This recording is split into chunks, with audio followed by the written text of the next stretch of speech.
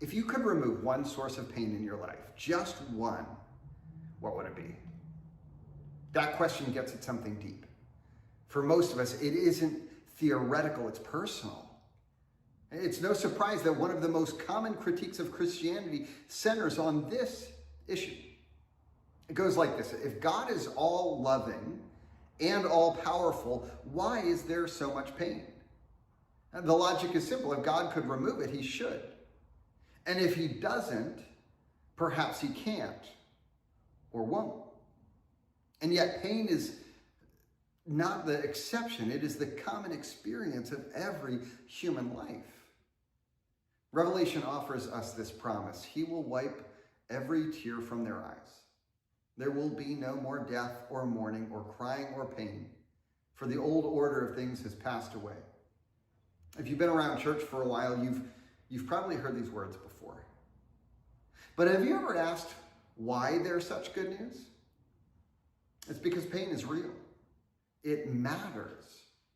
Sometimes Christians rush too quickly to answers.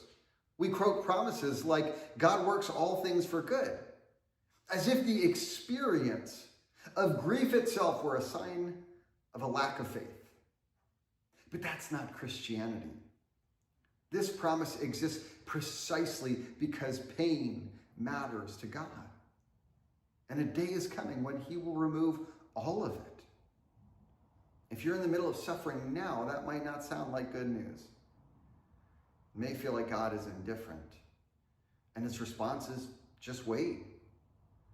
But that's not the whole story, because the God who promises to one day wipe away every tear from our eyes is not distant from our pain.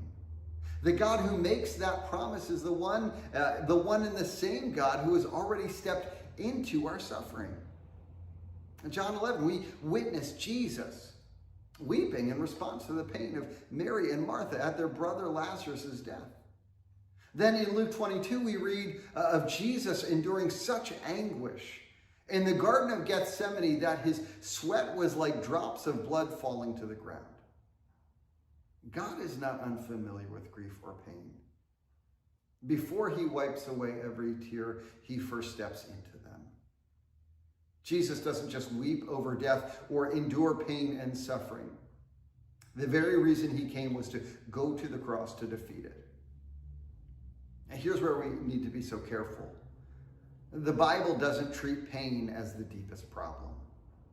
It treats it as a symptom of something much deeper. Behind every tear, behind every hospital room, every moment of grief is an even deeper fracture in the world, which the Bible calls sin. And the great enemy that flows from it is death.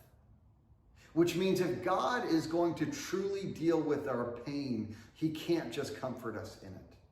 He must confront the thing causing it. And that's what Jesus does. At the cross, Jesus doesn't stand at a distance offering explanations. He steps into the full weight of suffering, rejection, injustice, agony, and abandonment. More than that, he takes on sin itself, bearing it, carrying everything that has gone wrong in this world. The brokenness, the rebellion, all its consequences, he takes it upon himself. The cross is not God ignoring pain. It is God confronting it at its source. The Good Friday and Easter were last week. Let us continue to give thanks for the cross this week, not only through our words, but in our lives.